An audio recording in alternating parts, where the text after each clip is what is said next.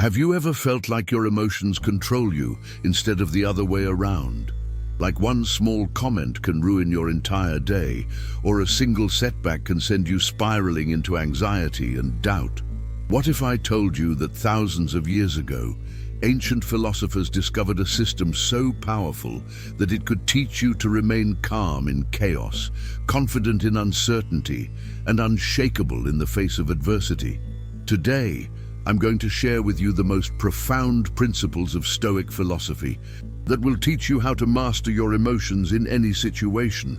These aren't theoretical concepts, but practical tools that have been tested through wars, political upheavals, personal tragedies, and every conceivable human challenge. By the end of this video, you'll possess a framework for emotional mastery that will transform how you experience life. Are you ready to take control of your inner world? Then stay with me, because what you're about to learn has the power to change everything. Before we dive into these transformative principles, let me share a story that perfectly illustrates the power of emotional mastery. In ancient Rome, there lived a man named Agrippinus, a Roman senator who was summoned before the Emperor Nero, one of history's most notoriously cruel rulers. Nero had the power to exile him, confiscate his property, or even execute him.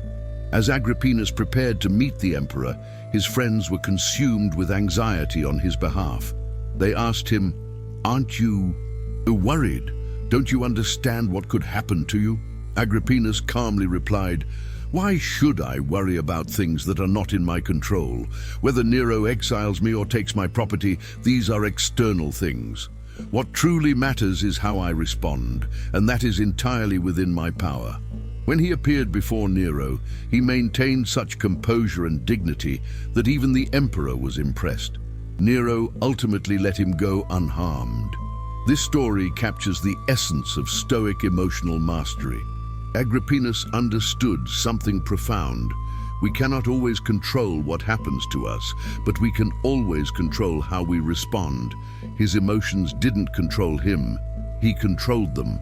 This is the power we're going to unlock today.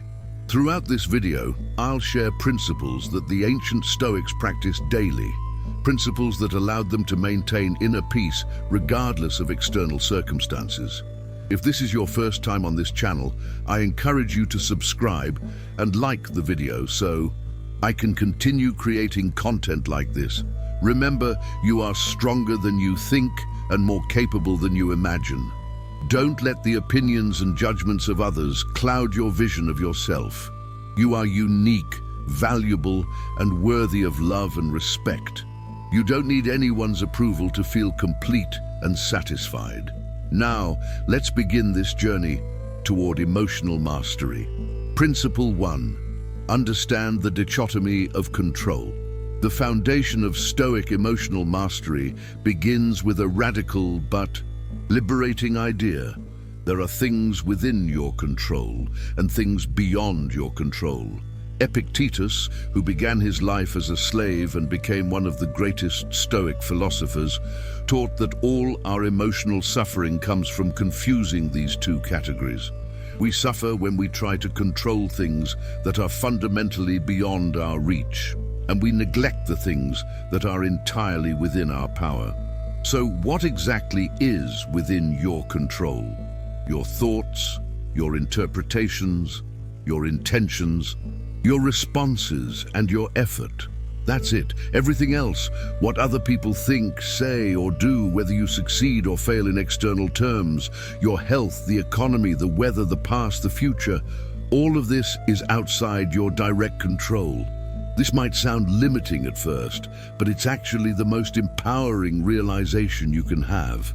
When you stop wasting energy trying to control the uncontrollable, you suddenly have enormous power to direct toward what you actually can influence. Think about how much emotional energy you spend worrying about things you cannot control. You worry about whether people will like you, whether your project will succeed, whether the economy will crash, whether you'll get sick. All this worry accomplishes nothing except making you miserable in the present moment. The Stoics would say, this is irrational. Why torture yourself over things you cannot control? Instead, focus that energy on your responses, your preparations, your character development, and your present actions. Let me give you a practical example. Imagine you're giving a presentation at work.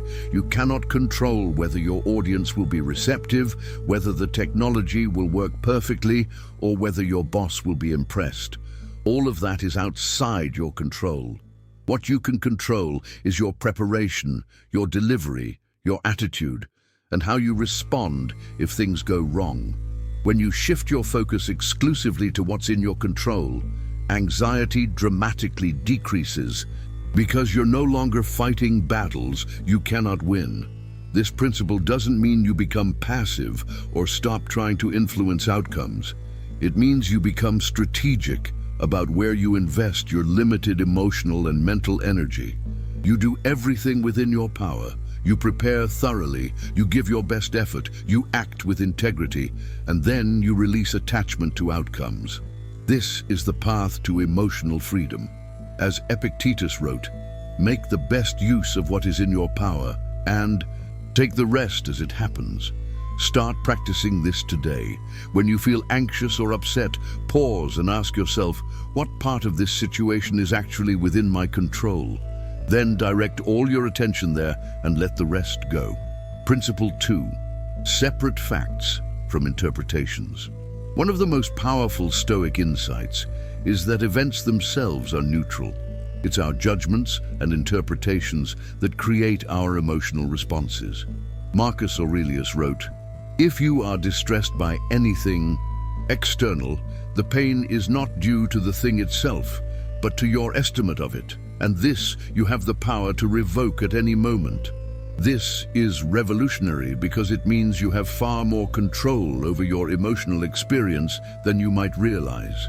Consider what happens when someone criticizes you.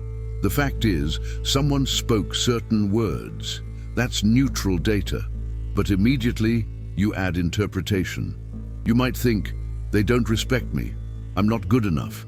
They're trying to undermine me. This is unfair. These interpretations create emotions: anger, hurt, insecurity, resentment. But here's the crucial point. You chose those interpretations, probably unconsciously and automatically. You could choose different ones. What if you interpreted the same criticism differently? This person is pointing out a blind spot I have. This feedback, even if delivered poorly, contains useful information. This person might be having a bad day and projecting their frustrations. This is an opportunity to practice emotional resilience. Same external event, completely different emotional experience. The Stoics trained themselves to catch their automatic interpretations and examine them. Is this the only way to see this situation? Is this interpretation serving me? What other perspectives might be equally valid or more useful? This practice requires vigilance because our interpretive habits are deeply ingrained. We've been practicing them for years, maybe decades. But with awareness and practice, you can begin to separate facts from interpretations. When you feel a strong emotion arising, pause and identify the story you're telling yourself about what happened. Then question that story. Often, you'll discover you've added layers of meaning to a neutral event, and those additions are what's causing your distress. Let me share a personal example. Years ago, I sent an important email to a colleague and didn't receive a response for 3 days. My immediate interpretation was, they're ignoring me. They don't value our relationship. I've done something wrong. I spent those 3 days anxious and upset. When they finally responded, they apologized and explained they had been dealing with a family emergency and hadn't checked email at all. My suffering was entirely created by my interpretation, not by any actual facts.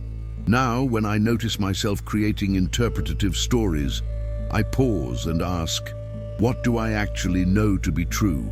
What am I adding to? The facts? This simple practice has dramatically reduced my emotional reactivity.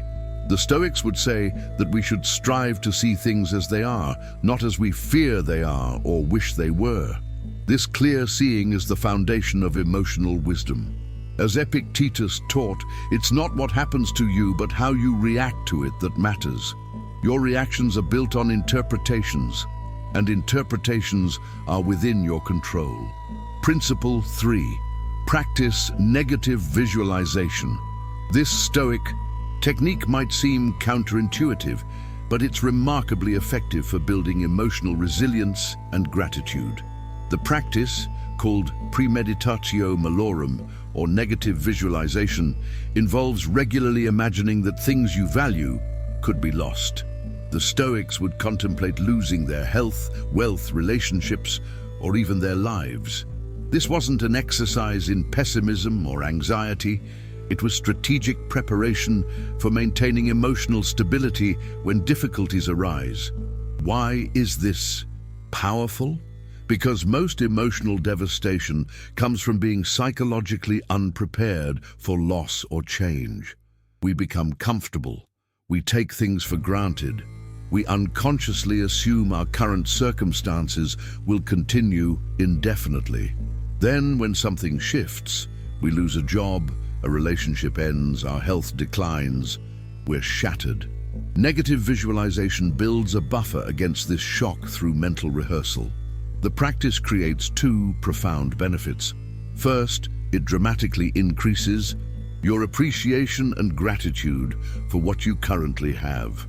When you regularly contemplate that your health could decline, you appreciate your body's current capabilities more deeply.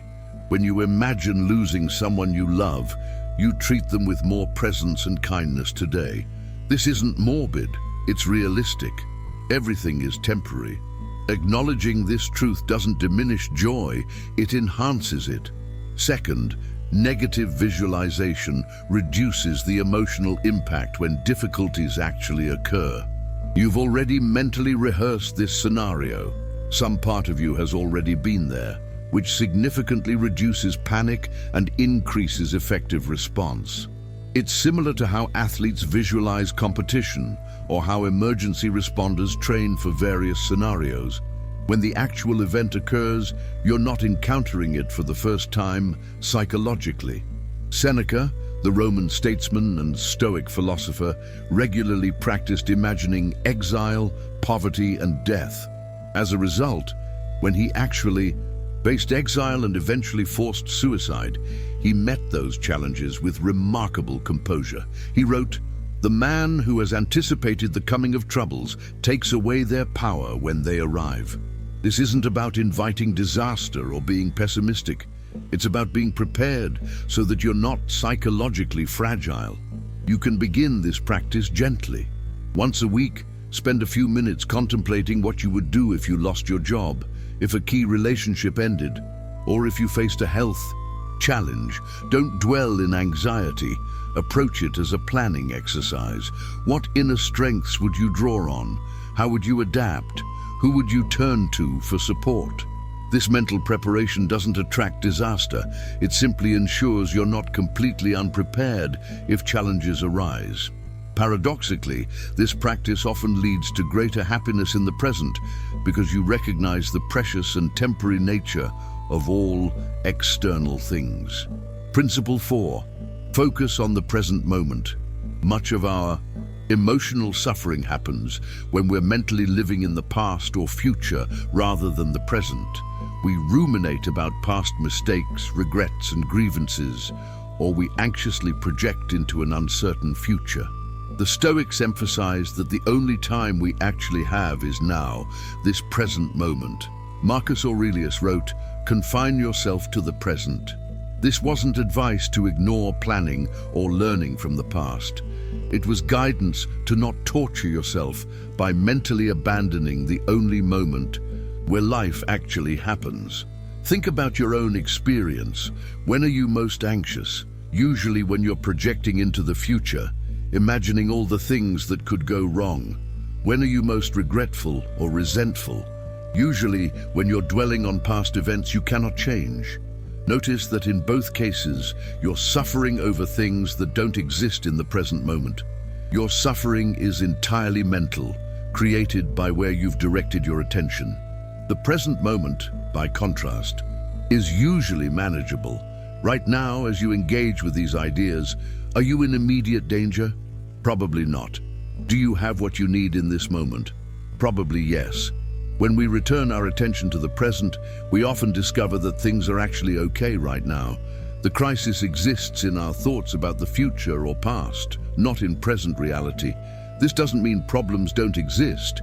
It means we don't need to compound actual problems by adding mental suffering about past or future versions of them.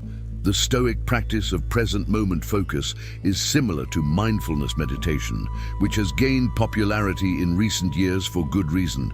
It works. When you notice your mind has wandered into past rumination or future anxiety, you gently bring it back to the present. What are you actually doing right now? What do you actually need to handle right now? Usually the answer is much less overwhelming than the scenarios your mind was creating. This doesn't mean you never reflect on the past or plan for the future. Productive reflection and planning are valuable and appropriate, but there's a difference between productive reflection and rumination, between productive planning and anxious worry. Productive engagement with past or future is focused, time-limited, and leads to insight or action.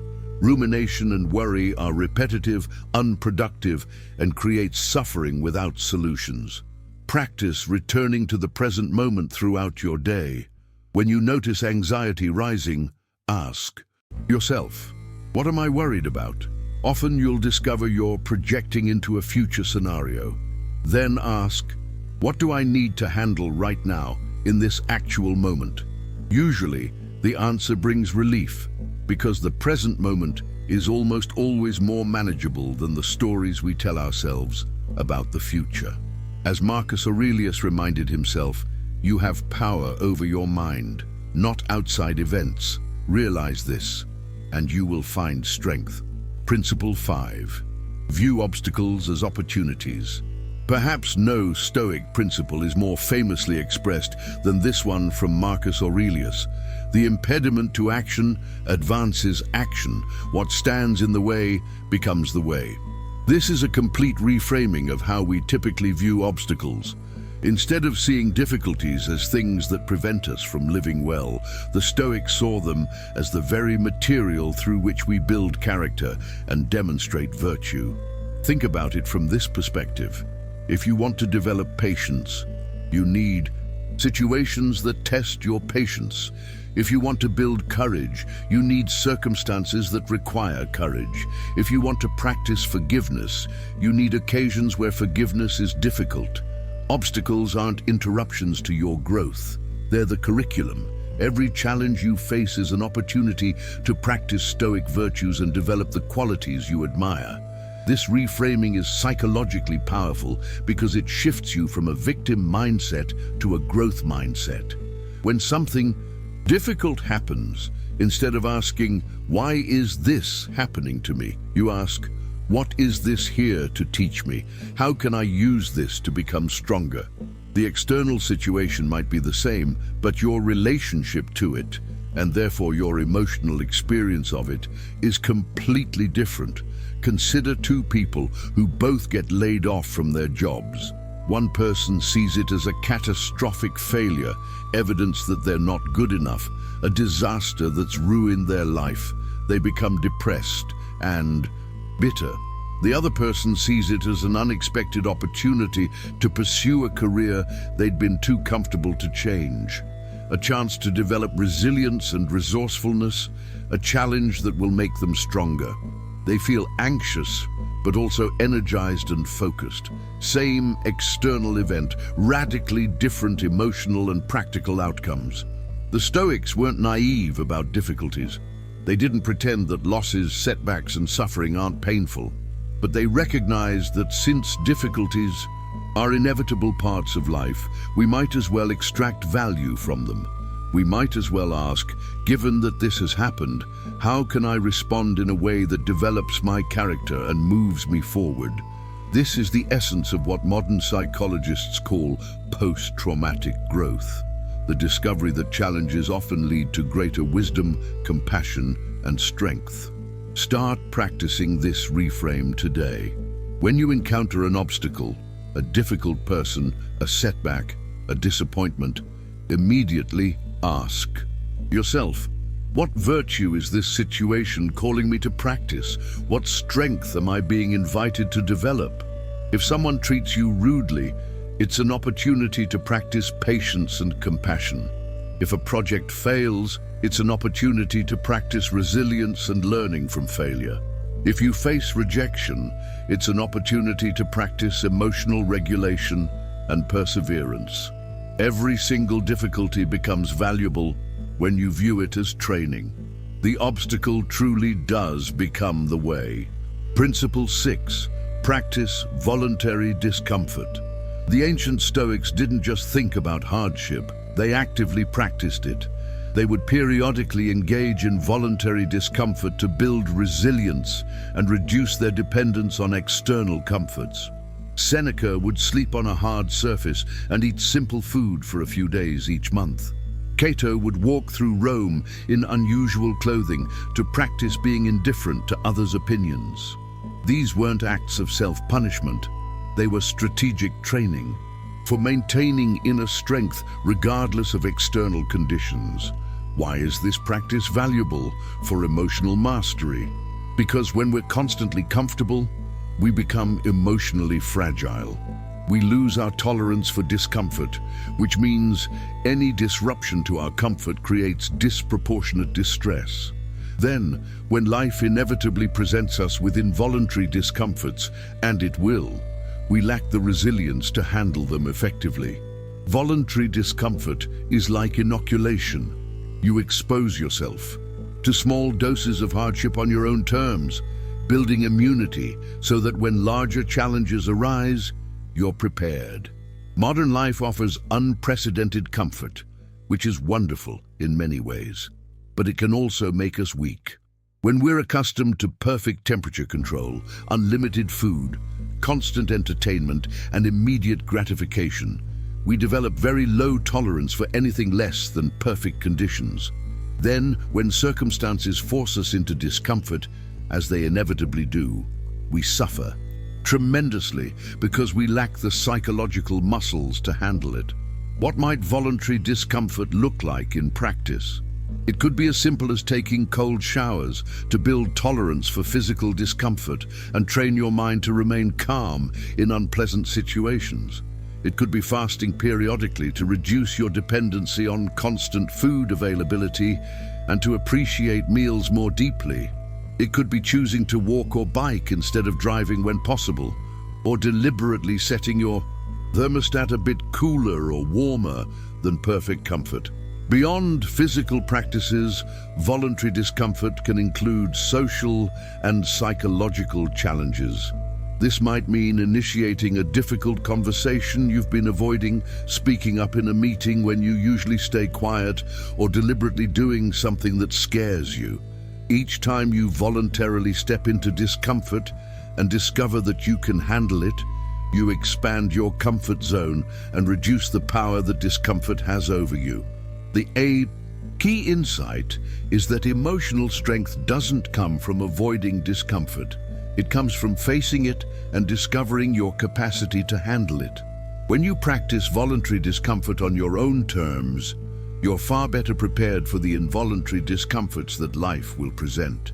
You develop what author Nassim Taleb calls anti-fragility, the quality of actually getting stronger from stressors rather than merely enduring them. Start small this week. Choose one form of voluntary discomfort and practice it. Notice how your sense of capability and resilience begins to grow. Principle 7. Cultivate gratitude and perspective.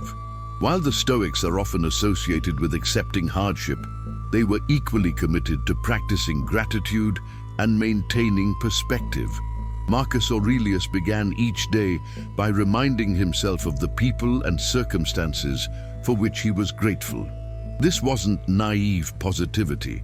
It was deliberate cultivation of a balanced perspective that acknowledges both challenges and gifts. Gratitude is psychologically powerful for emotional mastery because it's nearly impossible to be simultaneously grateful and miserable.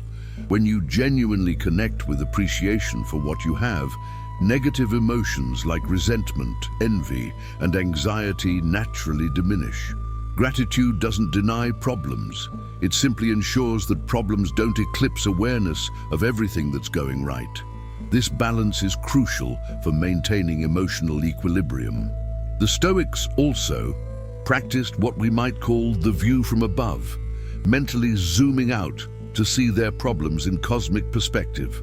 When Marcus Aurelius felt overwhelmed by the challenges of ruling an empire, he would imagine looking down from above at the vastness of the earth, seeing millions of people living their lives, each dealing with their own struggles. From that perspective, his individual problems, while still real, appeared in proper proportion. This isn't meant to invalidate your concerns or suggest your problems don't matter. Rather, it's a tool for maintaining proportion when emotions threaten to overwhelm you. When you're caught in intense anxiety or anger, those feelings can fill your entire field of vision, making everything seem catastrophic. Zooming out, either spatially by imagining cosmic perspective or temporally by imagining how this will look 5 years from now, often reveals that the situation, while challenging, is manageable and temporary. Combining gratitude with perspective is especially powerful. When you're struggling, you can acknowledge, yes, this is difficult, and also I'm grateful for X, Y, and Z, and also this is temporary, and I will learn from it. This isn't minimizing your struggles. It's refusing to let them define your entire experience. You're cultivating emotional complexity and balance rather than being swept away by a single intense emotion. Practice this daily.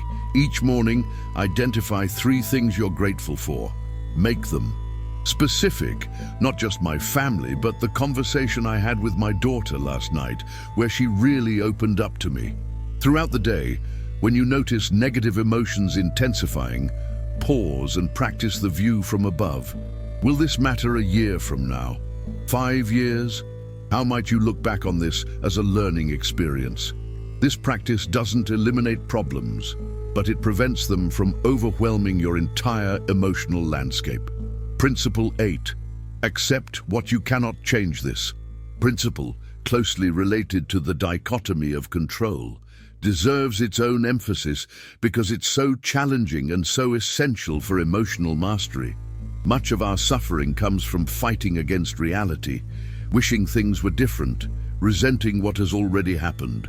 The Stoics taught radical acceptance. Some things cannot be changed, and fighting against unchangeable reality is the definition of futility and self-inflicted suffering.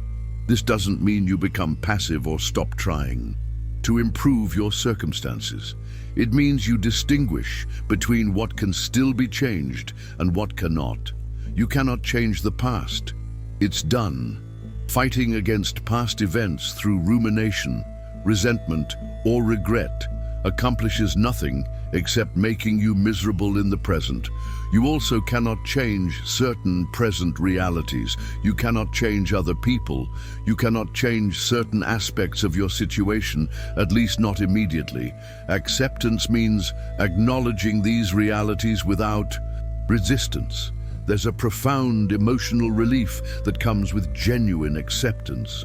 When you stop fighting against unchangeable reality, you free up enormous energy that was being consumed by that futile struggle. You can redirect that energy toward what you actually can influence. Acceptance doesn't mean you like what happened or approve of it. It means you recognize it as reality and stop torturing yourself by wishing it were different. Consider someone dealing with a chronic illness.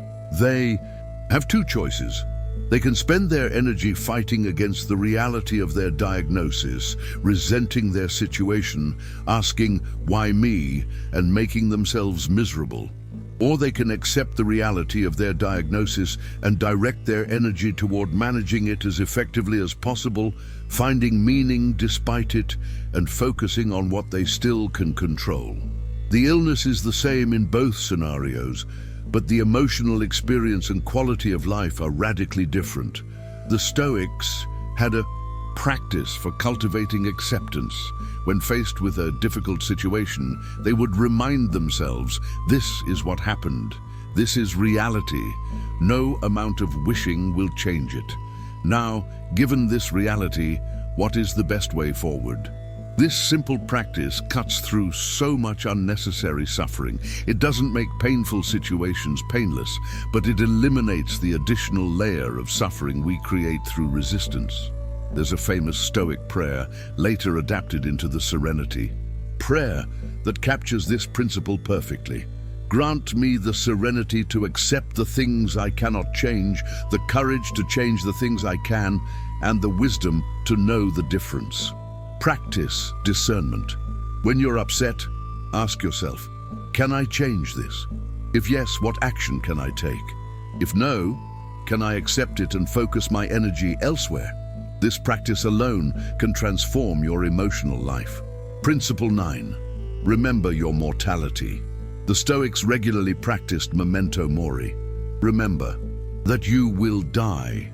This might sound morbid, but it's actually one of their most life-affirming practices.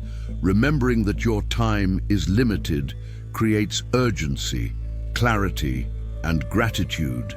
It helps you distinguish between what truly matters and what you've been wasting emotional energy on. It's the ultimate perspective shifter and emotional regulator. When you truly internalize that you have a limited number of days, many of the things you worry about suddenly seem less important. The argument with your partner, the slight from a colleague, the fear of what people think, these concerns shrink when measured against your mortality. Simultaneously, things you may have been neglecting, expressing love, pursuing meaningful work, mending broken relationships, suddenly become urgent priorities. Memento mori also reduces fear. Many of our anxieties stem from unconscious denial of our mortality. We act as if we have unlimited time, as if we can avoid discomfort indefinitely. Regularly acknowledging death paradoxically makes life less frightening. When you accept that death is inevitable and natural, you stop wasting energy trying to avoid the unavoidable. You can focus instead on living well, whatever time you have. The Stoics weren't obsessed with death in a morbid way. They used it as a tool for living fully. Marcus Aurelius would remind himself each morning that this could be his last day. This awareness made him more present, more intentional, more focused on acting with virtue and integrity. It prevented him from wasting time on petty concerns or procrastinating on important matters. Every day became precious when he remembered it might be his last. You can practice this without becoming morbid or anxious. Each morning you might simply acknowledge, this day is not guaranteed. I have a limited number of days total, and today is one of them. How do I want to spend it? What truly matters? This awareness can dramatically shift your emotional responses. That traffic jam seems less infuriating when you remember life is short. That grudge seems less important when you remember this could be your last day with that person.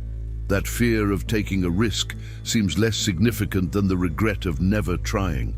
The practice of memento mori has been embraced across cultures and throughout history because it works. It creates what psychologists call death awareness, which consistently correlates with greater life satisfaction, stronger relationships, more pro-social behavior, and clearer priorities. By remembering you will die, you paradoxically learn to live more fully. As Seneca wrote, let us prepare our minds as if we'd come to the very end of life. Let us postpone nothing. Let us balance life's books each day. The one who puts the finishing touches on their life each day is never short of time. Principle 10. Develop emotional independence. The final principle for Stoic emotional mastery is developing what we might call emotional independence.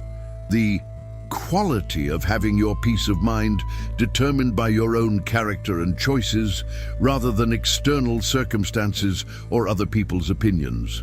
The Stoics called this inner citadel, a fortress of serenity within you that external events cannot breach. Emotional independence doesn't mean isolation or not caring about others. It means your fundamental sense of worth and peace doesn't rise and fall with external validation or circumstances. You don't need others to approve of you to feel okay about yourself. You don't need everything to go smoothly to maintain inner peace. You've developed such a strong connection to your own values and such effective emotional regulation skills that you remain stable regardless of external turbulence. Most people are emotionally dependent. Their mood is determined by whether they receive praise or criticism, whether things go their way or not, whether others are pleased with them or disappointed.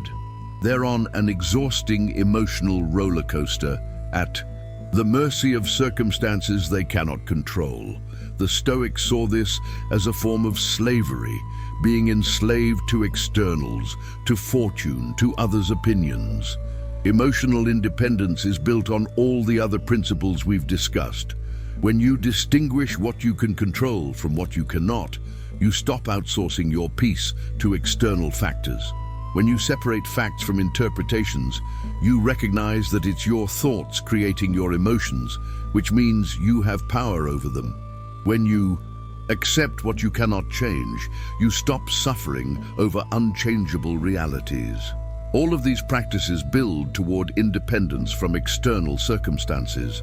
Marcus Aurelius, despite being the most powerful person in the world as Roman emperor, worked daily to maintain this emotional independence.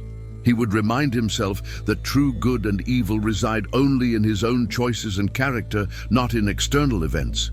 He could lose his empire, his wealth, his health, and while that would be unfortunate, it couldn't touch his inner core, his ability to respond with virtue, his fundamental peace of mind. That was entirely within his control. You can begin developing this independence today. Start noticing when your emotional state is being determined by external factors. When you feel upset, ask, why am I giving this person or situation power over my peace of mind? What if I reclaimed that power? Practice grounding your sense of worth in your own character and values rather than external achievements or others' opinions. This is the ultimate freedom, to be the master of your own inner world, regardless of what's happening in the outer world. Conclusion: the practice of emotional mastery. We've explored 10 profound Stoic principles for mastering your emotions in any situation. Let's briefly review them. First, understand the dichotomy of control and focus your energy on what's actually within your power. Second, separate facts from interpretations to recognize that your thoughts create your emotions. Third, practice negative visualization to build resilience and gratitude. Fourth, focus on the present moment rather than torturing yourself with past or future. Fifth, view obstacles as opportunities for growth and character development. Sixth, practice voluntary discomfort to build anti-fragility. Seventh, cultivate gratitude and perspective to maintain emotional balance. Eighth, accept what you cannot change to eliminate futile suffering. Ninth, remember your mortality to clarify priorities and live urgently. And 10th, develop emotional independence so your peace is determined by your character, not circumstances. These principles work because they've been tested not in comfortable, controlled environments, but in the most challenging circumstances imaginable. Marcus Aurelius practiced them while managing an empire in crisis and fighting wars on the frontiers. Epictetus taught them after a lifetime of slavery and disability. Seneca applied them while navigating treacherous political waters and eventually facing forced suicide. If these principles help them maintain composure and wisdom in those extreme situations, they can certainly help us with the challenges of modern life. The path to emotional mastery isn't about suppressing your emotions or becoming cold and unfeeling. It's about developing such a deep understanding of how emotions work that you're no longer their victim. You feel emotions, sometimes intensely, but they don't control you. There's a space between stimulus and response where you can choose how to proceed. You've built strong inner foundations that external storms cannot topple. This mastery doesn't happen overnight. It's built through daily practice, through repeatedly applying these principles in small situations until they become natural in larger ones. Each time you catch yourself trying to control the uncontrollable and redirect to what you can influence, you get stronger. Each time you separate facts from your catastrophic interpretations, you build wisdom. Each time you view an obstacle as training, you develop resilience. This is how emotional reactivity transforms into emotional mastery through consistent, patient practice. I want to emphasize that this path is available to everyone. You don't need perfect circumstances, unlimited time, or extraordinary gifts. You just need commitment to practicing these principles. The Stoics believed that everyone has the capacity for wisdom and virtue, that everyone can develop inner strength and peace. Your current emotional patterns, however ingrained, are not permanent. They're habits, and habits can be changed through awareness and practice. The world needs people who practice emotional mastery.